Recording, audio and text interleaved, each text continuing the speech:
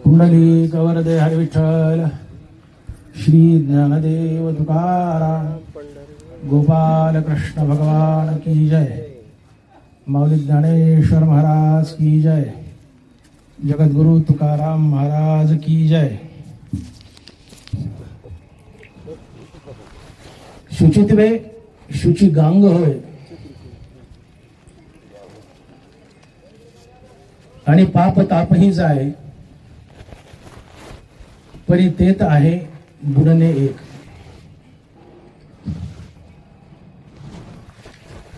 ग्रंथराज ज्ञानेश्वरी अध्याय क्रमांक 12. शुचित्वे शुची गांग होय आणि पाप तापही जाय, परी तेत आहे बुडणे एक. ज्ञानेश्वरीच्या 12व्या अध्यायातील ओवी. ज्ञानोबराय या ओवीतून असा एक महान सिद्धांत मांडतायत. माऊली म्हणतायत की पवित्रात पवित्र गंगा आहे. शुचित्वे शुची गांग होय. गांग म्हणजे गंगा. सर्व पवित्रात गंगा पवित्र आहे. अशा पवित्र गंगेत जो स्नान करतो तो पवित्र होतो. फक्त पवित्र होतो. त्याचं पाप जातं. जो गंगेत स्नान करतो त्याचं पाप जातं. पण कोणतं पाप जातं? अनअवधानानं केलेलं पाप, न कळत केलेलं पाप. हेतू पुरस्पर केलेलं पाप गंगा स्नानानं जात नाही. तुकोबाराय बोलतात, मनसंकल्पाची पापे न जाती तीर्थाचे बापे. मनसंकल्पाची पापे न जाती तीर्थाचे बापे. मनसंकल्पाची हेतू पुरस्पर केलेलं पाप तीर्थ काय तीर्थाचा बापही घालू शकत नाही. तुकोबाराय बोलतात, मनसंकल्पाची पापे न जाती तीर्थाचे पापे. तीर्थाचे बापे.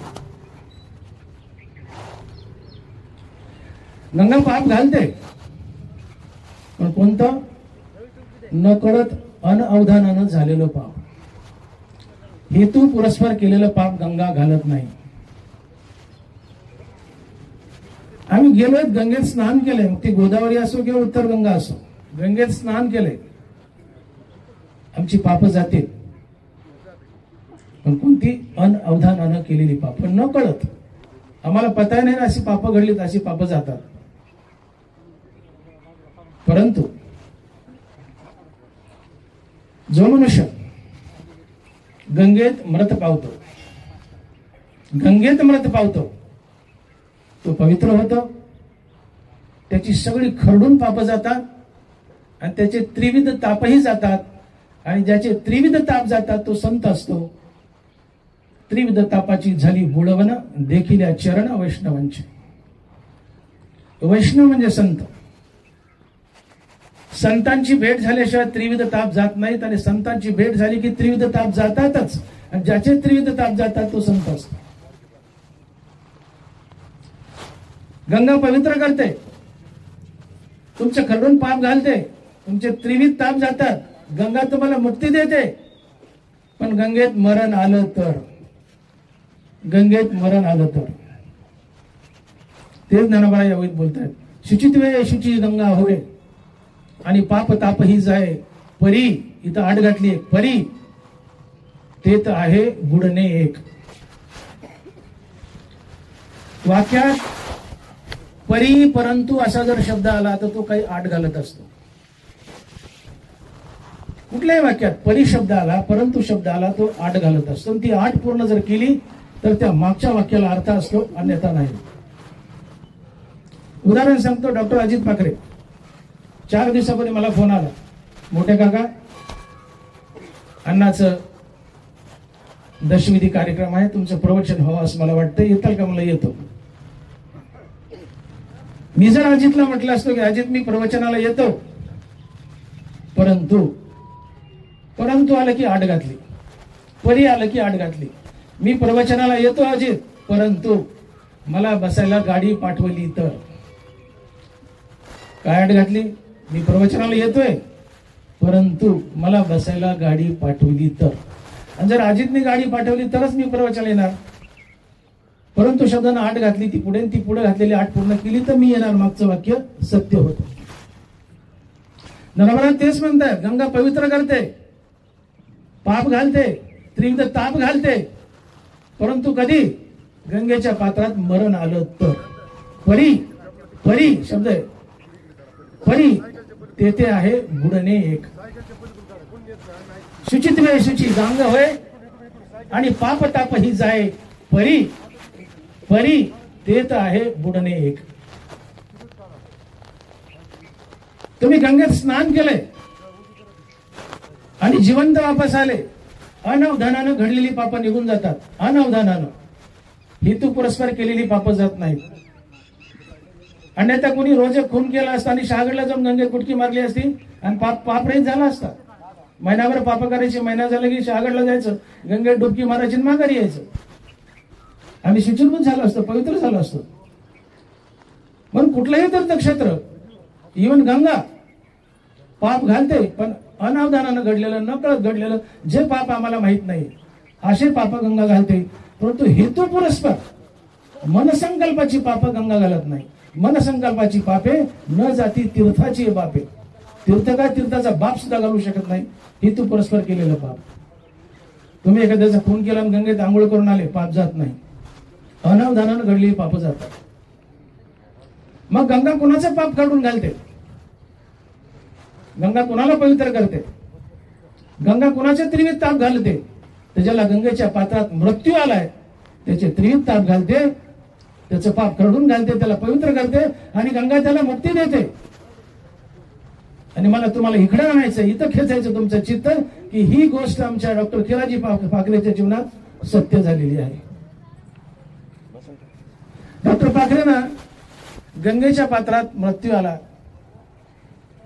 आमच्या दृष्टीनं पाखरे माझा 48 वर्षापासून मित्र होता. मी डोळ्याचा डॉक्टर आहे, पाखरे डोळ्याचा डॉक्टर आहे.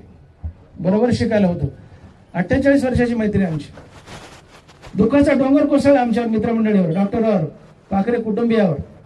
आमच्या दृष्टीने दुःख आहे, पण पाखरेच्या दृष्टीने अतिशय हा धन्याचा दिवस आहे, कल्याणाचा दिवस आहे. का? पाखरेला मुक्ती मिळाली. नरभरा सिद्धांत म्हणतात, गंगेच्या पात्रात हिमालयापासून तर बंगालच्या उपसागरापर्यंत 2500 किलोमीटरची लांबी आहे गंगेची. या 2500 किलोमीटरच्या पात्रात माणसाला कुठेही मृत्यू आला गंगेच्या पात्रात तर गंगा त्याला मुक्त करते. डॉक्टर पाखरे मुक्त झाले. डॉक्टर पाखरे देव झाले, नराचे नारायण झाले, त्यांचं जीवन धन्य झालं. माणूस म्हणून आमचा मनुष्य गेला, आमच्यातून दुःख होतं, आमच्यासाठी दुःख आहे, पण त्यांच्या जीवनाचा विचार केला, त्यांच्या जीवनाचं सोनं झालं. भले 22 वर्ष आधी गेले, पण त्यांच्या जीवनाचं सोनं झालं. राजा परीक्षित 50 वर्ष जगला, पण मोक्ष मिळून मेला, जीवन धन्य झालं. शिकारीला गेलेला राजा परीक्षित तहाण्यानं व्याकुळ झालाय. एका ऋषीच्या झोपडीवर गेलाय आणि ऋषी समाधीमध्ये. राजाला कोणी पाणी दिलं नाही. राजाला राग आला. बाजूला एक साप मेलेला पडला होता. बाणाच्या टोकानं साप उचलला आणि परीक्षित राजाने त्या ऋषीच्या गळ्यात टाकला आणि परीक्षित निघून गेलाय. थोड्या वेळानं त्या ऋषीचा मुलगा आलाय, श्रृंगी ऋषी, आणि पाहतो तर आपल्या बापाच्या गळ्यात साप टाकलाय. पोराला राग आला, बालवय. तात्काळ हातात पाणी घेतलं आणि शाप दिला, ज्याने कुणी माझ्या बापाची ही अवस्था केली, आजपासून 8 दिवसांनी हाच तक्षकनाथ त्या माणसाला चावेल आणि मरेल. जुन्या काळी ब्राह्मणाचे शाप सत्य व्हायचे. आता सध्या होतात का नाही माहित नाही, पण जुन्या काळी व्हायचे. देव जाणे, पण जुन्या काळी व्हायचे. ऋषी समाधीतून बाहेर आलाय, पाहतो दगडात साप. ध्यानात झाले ऋषी पाहतायत कुणी माझी अवस्था केली, तर ध्यानात आला राजा परीक्षित होता. तेवढ्यात मुलगा धावत आला, म्हणला बाबा मी त्या राजाला जे कुणी असेल त्याला शाप दिला, काय की आजपासून 8 दिवसांनी तक्षक नागाच्या दंशाने तुझा मृत्यू होईल, हाच नाग तुला चावेल आणि तुझा मृत्यू होईल. अरे अरे अरे चांडाळा, काय केलंस म्हणले, तू आपला राजा होता, तू वाईट केलंस. ऋषी उठला आणि परीक्षितीच्या दरबारात गेलाय. आणि परीक्षिती बायको घेऊन सिंहासनावर आरूढ झालेला आहे, बसलाय. मंत्रीगण समोर बसले. ऋषी पाहताच परीक्षित उठलाय, ऋषीला वंदन केलंय. या म्हणले ऋषीवर. म्हणले राजे यायला वेळ नाही, तुम्ही माझ्या गळ्यात साप टाकला मेलेला, माझ्या मुलांना शाप दिला, 8 दिवसात तुम्ही तक्षक नागाच्या दंशाने मरणार, तुमच्यापाशी फक्त 8 दिवस आहेत, काय करता येईल करा. राजाने बाजूला बसलेली बायको तशीच फेकून दिली बाजूला, जे गंगेकडे तोंड केलं, पाठीमागं वळून पाहिलं नाही. रखरखीत वैराग्य आलं. गंगेच्या काठावर बसला. 8 दिवस शुकाचार्याकडून श्रीमद भागवत ऐकलं आणि मुक्ती मिळवली. मी म्हणतो शुकाचार्य 100 वर्ष जगला असता, पण बिना मुक्तीचा मेला असता, जीवनाचं मात्र झालं असतं, काही फायदा झाला नसता. 50 वर्षाला शुकाचार्य मेला, पण मुक्ती मिळून मेला, जीवनाचं सोनं झालं, जीवन धन्य झालं. ठीक आहे, आम्हाला वाटतं आमची माणसं 100 वर्ष जगावीत, 200 वर्ष जगावीत. डॉक्टर पाखरे थोडे आधी गेले, 70 वर्ष वय होतं, थोडे आधी गेले 22 वर्ष, पण मुक्ती मिळवून गेले, जीवाचं सोनं झालं. परीक्षिती गेला लवकर, मुक्ती मिळवून गेला, जीवाचं सोनं झालं. 100 वर्ष जगलात पण मुक्ती नाही, जीवनाचं मातेरं झालं. 70 वर्षाला गेलात, मुक्ती मिळाली, जीवन धन्य झालं, जीवाचं सोनं झालं. डॉक्टर पाखरेंच्या जीवाचं खरंच सोनं झालं. पाखरे नाराचा नारायण झाला. पाखरे अतिशय जवळचा मित्र माझा. मी डोळ्याचा डॉक्टर, ते डोळ्याचे डॉक्टर.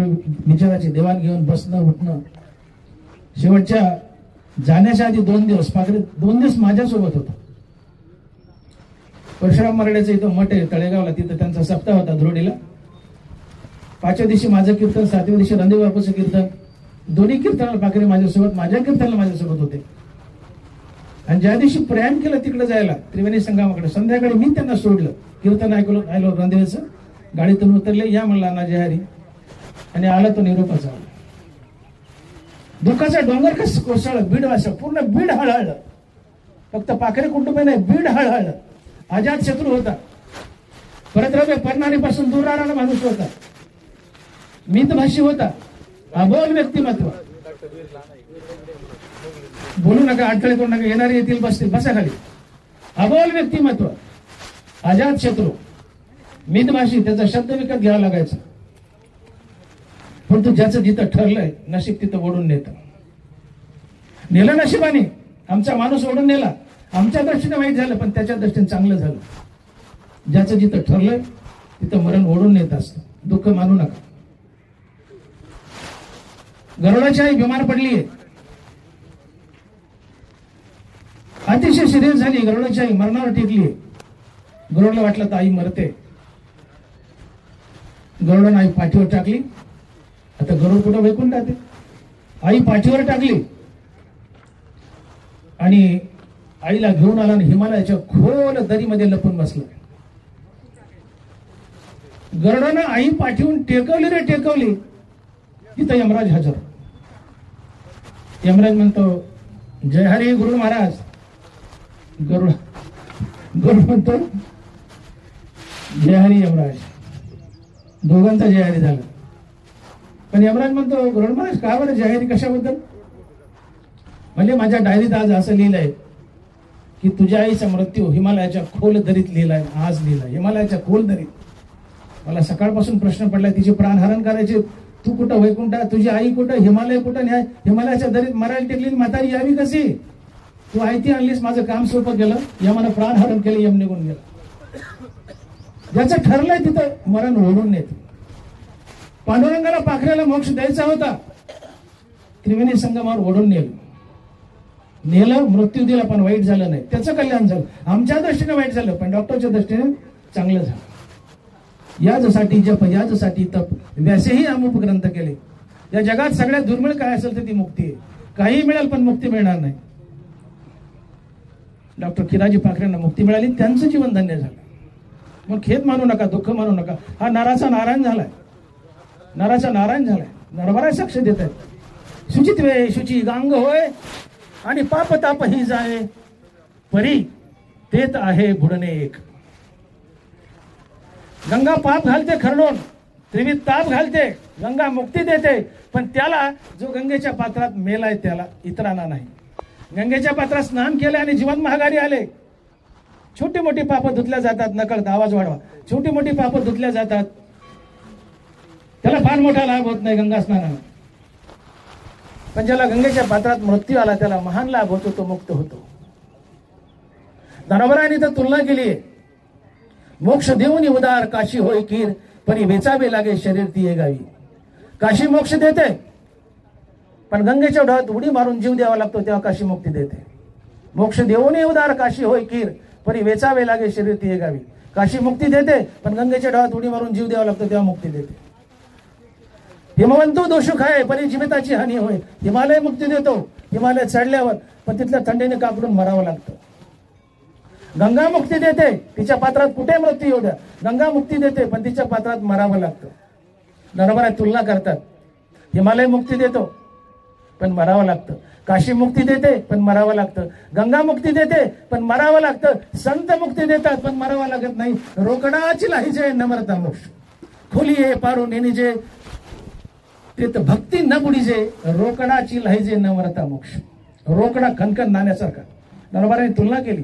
काशी मुक्ती देते, हिमालय मुक्ती देतो, गंगा मुक्ती देते, पण मेल्यावर संत मुक्ती देतात जिवंतपणी. रोकडाची लाहीजे न मरता मोक्ष, संत जिवंतपणे मोक्ष देतात. ही तुलना केली आणि त्यातली होय शुचित्वे शुची गांग होय आणि पाप ताप हीच आहे. परी परी तेच आहे बुडणे एक. गंगेच्या पात्रात बुडून किंवा गंगेच्या पात्रात मृत्यू आला तरच गंगा तुम्हाला मुक्ती देते, अन्यथा नाही. गंगेच्या पात्रात स्नान केलं आणि जीवन माघारी आलात, अजिबात नाही, मुक्ती नाही, काही नाही, काही नाही. अनावधानानं घडलेली पाप जातात, यापेक्षा जास्त काही मिळत नाही. डॉक्टर पाखरे भाग्यवान आहे. कुणाच्या नशिबी येऊ नये, पण आलं आलं, जीवनाचं सोनं झालं. गंगेच्या पात्रात मृत्यू आला, मुक्ती मिळाली, गंगेने मुक्त केलं. हा माणूस नराचा नारायण झाला. आणि मृत्यू कसा आला का? झाकल्या घटीचा दिवा, नेनो काय झाला केदवा, या रीतीचं पांडवा देह ठेवी. बसलाय बसलाय आणि लुंडकलाय, लुंडकला आणि प्राण गेलाय. एखाद्या पातेल्याखाली एखादा दिवा ठेवावा, दिवा जळायला ऑक्सिजन हवा असतो. पातेल्याखाली दिवा ठेवलाय, जोपर्यंत पातेल्याच्या दिवा बुजलाय खाली, झाकलाय, पातेल्याच्या सभोवताली ऑक्सिजन आहे, तो पण दिवा जळतो. पण ऑक्सिजन अचानक संपला, दिवा विझतो. झाकल्या घटीचा दिवा, नेनो काय झाला केदवा, या रीती जो पांडवा देह ठेवी. बरोबर आहे. पातेल्याखाली दिवा झाकलाय, तो कधी विझतो पता नाही. तसा अचानक कधी प्राण जातो तो महात्मा असतो. अचानक प्राण जातो, महात्मा असतो. अचानक प्राण गेला, मुक्ती मिळाली. ज्ञानेश्वरीमध्ये ज्ञानेश्वरीमध्ये एकूण मुक्तीची 18 साधनं सांगितली आहेत. बी अटेंटिव्ह प्लीज. 10 मिनिटात मी थांबतोय. अडचण करू नका, येणारे येत असतात, काही बोलून एंटरटेन करू नका कुणाला. इकडे बघा फक्त. डॉक्टर पाखरेंना मुक्ती मिळाली. या जगात सगळ्यात दुर्मिळ काय असेल तर मुक्ती आहे. काही काही काही मिळेल, पण मुक्ती मिळणार नाही. किती आटपटा करा, किती कीर्तन करा, प्रवचन करा, त्या कशाला उतरल्याशिवाय मुक्ती मिळत नसते. तो कोरा मिळतात. याच्यासाठी जप, याच्यासाठी तप, व्यासेही अमुक ग्रंथ केले. एका पायावर उभा राहून तपस्या करतात चालू वर्ष, नाही मुक्ती मिळत. अवरात्र देवाचं नामचिंतन चाललंय, पण त्या कशाला उतरत नाहीत, नाही मुक्ती मिळत. डॉक्टर साहेबांच्या भाग्यात होती, मिळाली. हिरा झाला, चमकला. ज्ञानेश्वरीमध्ये नरबराने एकूण मुक्तीची 18 साधनं सांगितली. कांड्यावर मोजा, मी सांगतो. नाना सानप नाना, कांड्यावर मोजा. शेवटी मला सांगा 18 झाले म्हणून. मुक्ती कशा कशाने मिळते? ज्या प्रकारे डॉक्टर पाखरेंना मिळाली तशा प्रकारे 18 कारण आहेत ज्ञानेश्वरी नरबरा लिहित आहेत. मुक्ती कशा कशाने मिळते? नंबर 1 कर्मयोग, 2 भक्तियोग, 3 ज्ञानयोग, 4 अष्टांग योग. थोडा आवाज वाढवा. झाले 4? याची प्रमाणे देईल मी तुम्हाला शेवटी. 4 झाले. 5 आवाज वाढवा थोडा. रामनाम स्मरून प्राण त्यागला, मुक्ती मिळते. नाना मोजा. 5 झाले. गंगेच्या पात्रात कुठेही, हिमालयापासून बंगालचा उपसागर, 2500 किलोमीटरची लांबी गंगेची. या 2500 किलोमीटरच्या पात्रात, गंगेच्या या 2500 किलोमीटरच्या पात्रात कुठेही मृत्यू आला, गंगा मुक्ती देते. गंगेच्या पात्रात मृत्यू आला, मुक्ती मिळते. काशीला गंगेच्या ढोळात उडी मारली, मुक्ती मिळते. हिमालय परत चढला, टॉपला गेलात, मुक्ती मिळते. भगवान श्रीकृष्ण ज्या कोपून मारतो, रागानं मारतो, त्याला मुक्ती मिळते. ज्ञानेश्वरी वाचल्यानं मुक्ती मिळते, ज्ञानेश्वरी ऐकल्यानं मुक्ती मिळते, ज्ञानेश्वरी सांगितल्यानं मुक्ती मिळते. किती झाले नाना? 12 झाले. मोजत राहा. जो ज्ञानेश्वरी सांगतो त्याच्यासोबत नुसतं फिरलं तरी मुक्ती आहे. ते म्हणतात काय बाबा असं?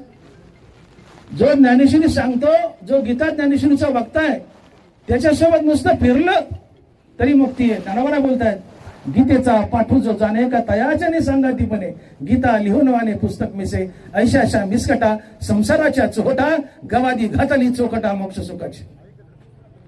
लक्ष द्या इकडे. गीतेचा पाठू जो जाणे का तयाच्याने सांगातीपणे, जो गीतेचा पाठ जाणतो, ज्याला गीता पाठ आहे, ज्ञानेश्वरी पाठ आहे आणि ज्ञानेश्वरी गीता सांगतो, त्याच्या सांगातीपणे त्याच्या सोबत नुसतं फिरलं तरी तुम्हाला मुक्ती आहे.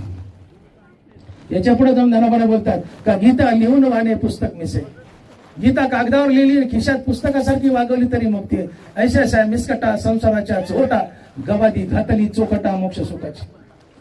ज्ञानोबा म्हणतात, जो गीता ज्ञानेश्वरी सांगतो त्याच्यासोबत फिरलं तरी मोक्ष आहे.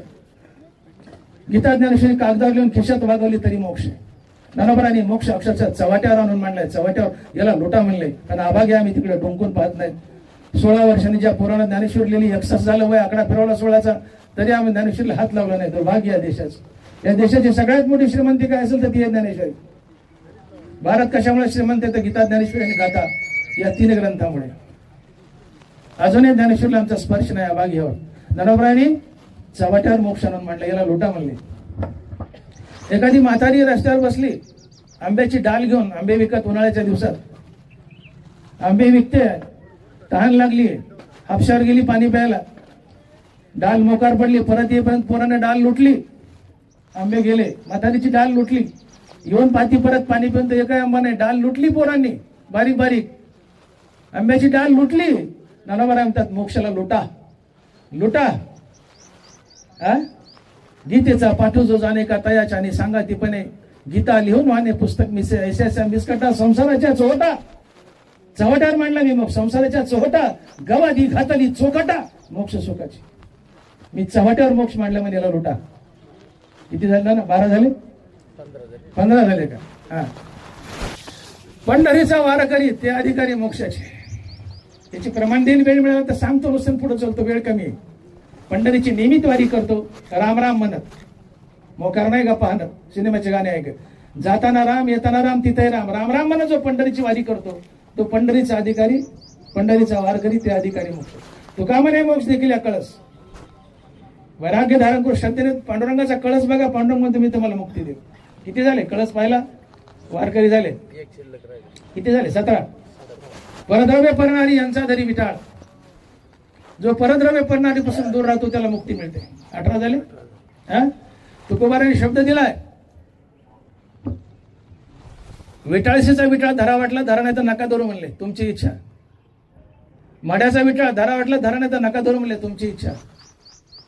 बाळात्नीचा विटाळ धरा वाटला, धरा नाही तर नका धरू म्हणले, तुमची इच्छा. पण जीवनात 2 गोष्टीचा विटाळ जरूर धरा. जीवनात 2 गोष्टीचा विटाळ जरूर धरा, आणि त्या 2 गोष्टी आहेत परद्रव्य परणारी यांचा धनी विटाळ. तुम्ही कशाचा विटाळ धरायचा का नाही धरायचा नका धरू. विटाळशीचा धरा नका धरू, बाळात्नीचा धरा नका धरू, माड्याचा धरायचा नका धरू, पण 2 गोष्टीचा विटाळ जरूर धरा, तुम्हाला देव भेटेल. आणि त्या 2 गोष्टी आहेत परद्रव्य परणारी यांचा धनी विटाळ. दुसऱ्याची बाई आणि दुसऱ्याचं धन यापासून दूर राहा, याला म्हणतात परद्रव्य परणारी यांचा धनी विटाळ. तुकोबाराय बोलतात काय फायदा होतो परद्रव्य परणारीपासून दूर राहिलं? काय फायदा होतो? तुकोबाराय बोलतात देव भाग्य घरा येती संपत्ती त्या सगळा. तुका म्हणे ते शरीर घर भांडार देवाचे.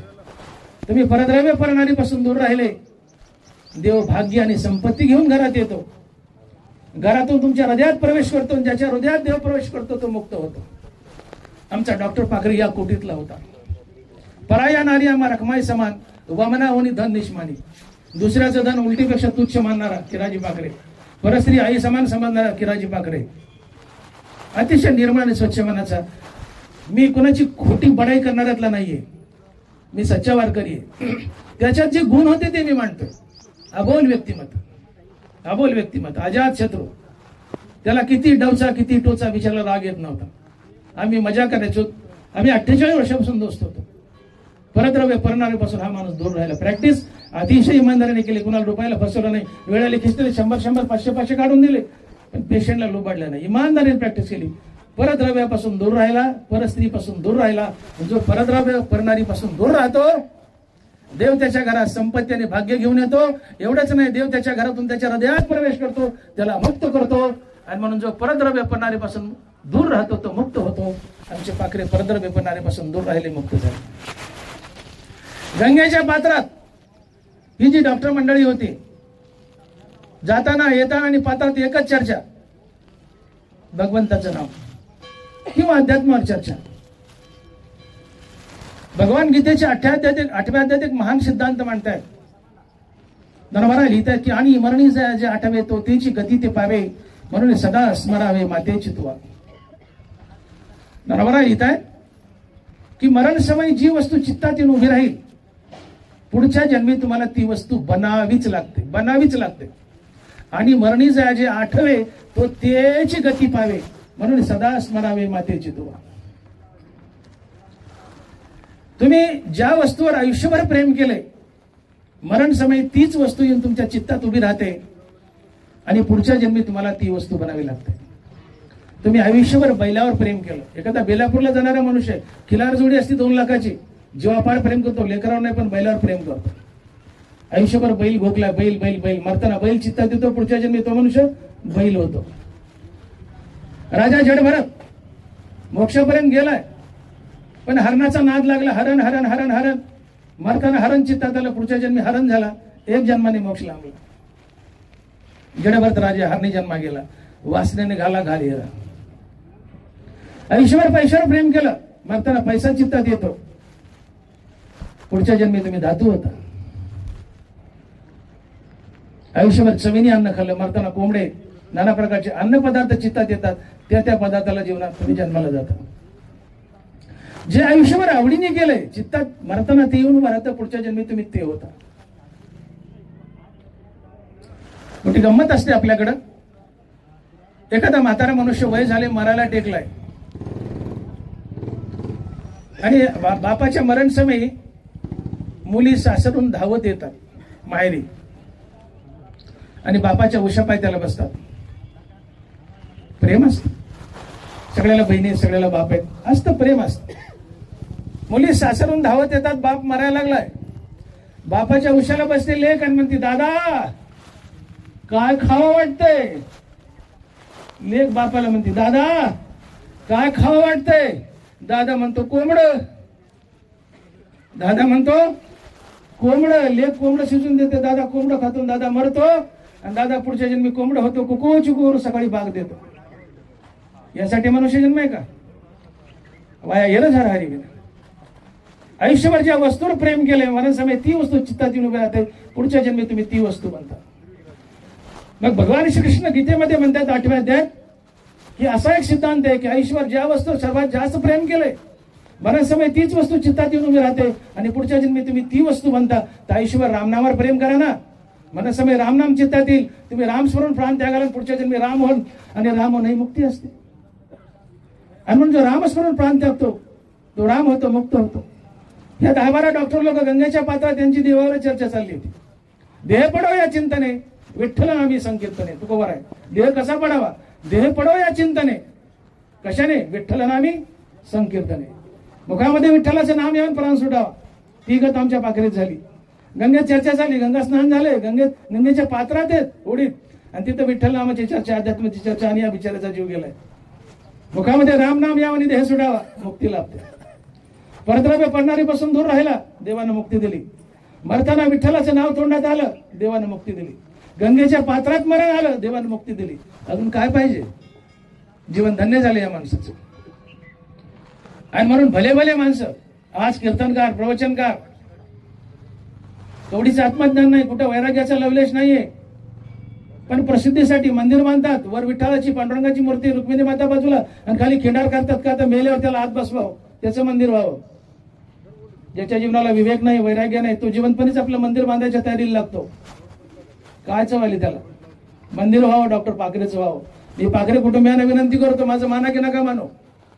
डॉक्टर पाखरेला मुक्ती कशी मिळाली 3 प्रकारे समजून सांगितली. परद्रव्य पडणाऱ्यापासून दूर राहिला, जो परद्रव्य पडणाऱ्यापासून दूर राहतो देव त्याला मुक्त करतो.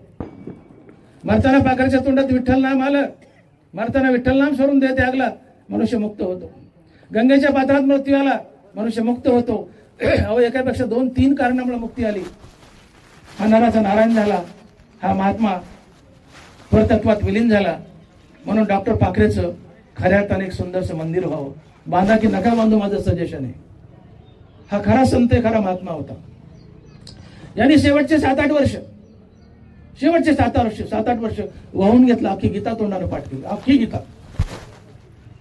अवघड आहे गीता पाठवणं, ज्ञानेश्वरी पाठवेल, पण गीता लय अवघड आहे. तिचं वाचन, कळणं, आकलन. हे 7-8 ग्रुप होता डॉक्टर पाखरे सोबत. आता नावं सांगत नाही, वेळ होईल. 7-8 डॉक्टरचा ग्रुपच होता. त्यांनी वाहून घेतलं, गीतेच्या परीक्षा दिल्या, गीता पास झाले, जीवन गीतामय बनलं होतं. का देवानं असा योग घडून आणला की त्रिवेणी संगमात नेलं, तिथं गंगेच्या पात्रात मृत्यू दिला? याचं कारण शेवटचे 10-5 वर्ष भक्तीला वाहून घेतलं होतं. अगं अंतीचे मती साचपण पुढील गती, म्हणून जीवित जेने भक्ती दिदिले शेकी, जीवित जेने भक्ती दिदिले शेकी. वाचून आलो येथवरी, नाही पडलो मृत्यूच्या हारी, आता उरले ते हरी तुम्हा समर्पण. ही भावना व्हावी. रिटायर झाल्यावर काय करायचं ते म्हणतात, जनरल स्टोअर टाकायचंय. काय करायचं तर किराणा दुकान टाकायचंय. विचारा रिटायर झालेल्या माणसाला काय करायचंय? जनरल स्टोअर टाकायचंय, किराणा दुकान टाकायचंय. तुकोबारा म्हणतात, अरे भले माणसं आता उरले ते हरी तुम्हा समर्पण. वाचून आलो येथवरी, नाही पडलो मृत्यूच्या हारी, उरले ते हरी तुम्हा समर्पण. देवा मला इथवर जगवलंस, मृत्यूने माझा घास केला नाही, मग आता 58च्या पुढे जे उरलंय देवा तुला समर्पण, तुझ्या जयराम कृष्ण हरी भजनाला समर्पण. आणि म्हणून अंतीचे मती साचपण पुढले गती, म्हणून जीवित जेने भक्ती दिदिले शेकी. शेवटी कहत नाही, आपलं उरलेलं आयुष्य भक्तीला द्या, पांडुरंगाला द्या, हरिनामाला द्या. तिवी न उरेची पाप केले शेवटीले भक्ती, तिवी न उरेची पाप केले शेवटीले भक्ती. शेवटी केलेल्या भक्तीने तुमचं उभं पाप धुवून जातं, देव तिळी उतरतो, मुक्त होता. आणि हेच डॉक्टर पाखरे आणि 10-5 डॉक्टर आहेत त्याच्या बाजूला, त्यांची मित्रमंडळी, यांच्या जीवनात हे घडलं. हे गीतामय झालते. रात्रंदिवस गीतेचा 8 तास. मला रणदेव बापू म्हणाले की पोरा आणि वहिनी म्हणाले ते घरीच नव्हते, हो ते घरात थांबतच नव्हते, त्यांचा पाय टिकत नव्हता.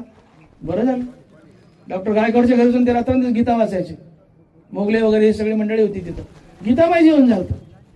फायदा काय? तेवी न उरेची पाप केले शेवटीले भक्ती. शेवटी केलेल्या भक्तीने पाप धुवून गेलं, आयुष्य भक्तीला वाहून घेतलं. आणि मग देवावर ऋण झालं. मग देवाने काय केलं? ते ऋण वैपना देखोनी अंगी आपल्याच उत्तीर्णत्वा लागी, भक्ताचे तनुत्यागी मी परिचर्या करी. देवावर ऋण झालं या माणसाचं, पाखरेचं. ते ऋण कसं फेडावं? त्या देवाने त्याला त्रिवेणी संगमात बोलवलं, गंगेच्या पात्रात मृत्यू दिला आणि मुक्ती दिली. देव ऋणातून मुक्त झाला, त्याच्या जीवनाचं सोनं झालं. आणि म्हणून या मंगल प्रसंगी मी आवर्जून सांगेल अजित पाखरेला की डॉक्टर खिराजी पाखरेचं एक सुंदरसं मंदिर हो. हा मनुष्य नाही, त्याच्या हयातीत मनुष्य होता, पण मरताना तो देव झाला. मरताना तो देव झाला. गंगेच्या पात्रात कुठेही 2.5 किलोमीटर मध्ये गंगेच्या पात्रात मृत्यू आला तर त्याला मोक्ष मिळतोच, हा सिद्धांत नरवर आहे. म्हणतात शुचित्वे शुची गंगा होय आणि पापताप ही जाय परी, ते तर आहे बुडणे एक. गंगेच्या पात्रात 2.5 किलोमीटर मध्ये कुठेही मृत्यू आला, गंगा त्याला मुक्ती देतेच. काळ्या दगडावरची रेषा हा सिद्धांत. पाखरेच्या जीवनात ते घडलं. पाखरेला मुक्ती मिळालीच, गंगेने मुक्ती दिलीच. जो मुक्त होतो तो नारायण होतो, नराचा नारायण होतो. नारायण झाला तो भगवान कृष्ण झाला. पाखरे आमचा देव झाला आणि आमच्या देवाची आमच्याकडून भक्ती व्हावी, त्याचं मंदिर असावं. म्हणून पाखरे कुटुंबियांना मी विनंती करेल, माझं ऐका नका ऐकू.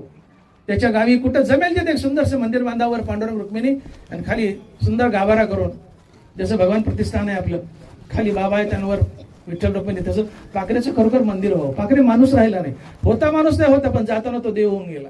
कसा झाला मी अनेक कारणानं पटवून दिलं. आणि म्हणून पाखरे गेले, आम्हा सगळ्यांना दुःख आहे. दुःखाचा डोंगर कोसळला. नुसतं पाखरे फॅमिलीवरच नाही, आमच्यावर सुद्धा. पाखरे फॅमिलीपेक्षा आम्हाला जास्त चुटका लागला. आम्ही 24 तास बरोबर होतो. 48 वर्षाची मैत्री. आम्ही दोघं डोळ्याचे डॉक्टर. विचाराची देवाणघेवाण, एकमेकाकडे जायचं. ऑपरेशनला मी त्यांच्याकडे, त्यांनी माझ्याकडे, एकमेकाला भरीव मदत केली आहे. पण ज्यावेळेस कानावर शब्द पडला की पाखरे गेले, जमीन सरकली पायाखाली. 8 दिवस करमलं नाही, आजही करमत नाही. आपल्या सगळ्या दुःखाचा डोंगर कोसळला.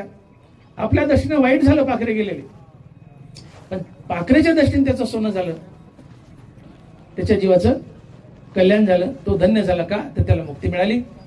आणि म्हणून या मंगलप्रसंगी नावाचं नारायण झालेले डॉक्टर खिराजी पाखरे ते अनंतात विलीन झालेत, पांडुरंग बनलेत, आत्मस्वरूपात विलीन झालेत. ते आपणा सर्वांचे देव आहेत आणि देव समजून आपण त्यांना वंदन करू. आणि झालेली सेवा पाखरे आणि पांडुरंगाच्या चरणी अर्पण करून मी सेवेला पूर्णराम देतो. पुंडलिक वरदे हर विठ्ठल. श्री ज्ञानदेव गोपाल कृष्ण भगवान की जय. और ज्ञानेश्वर महाराज की जय. जगतगुरु तुकाराम महाराज की जय. सद्गुरु भगवान खिराजी पाखरे की जय. विठ्ठल विठ्ठल विठ्ठल विठ्ठल विठ्ठल विठ्ठल विठ्ठल विठ्ठल विठ्ठल.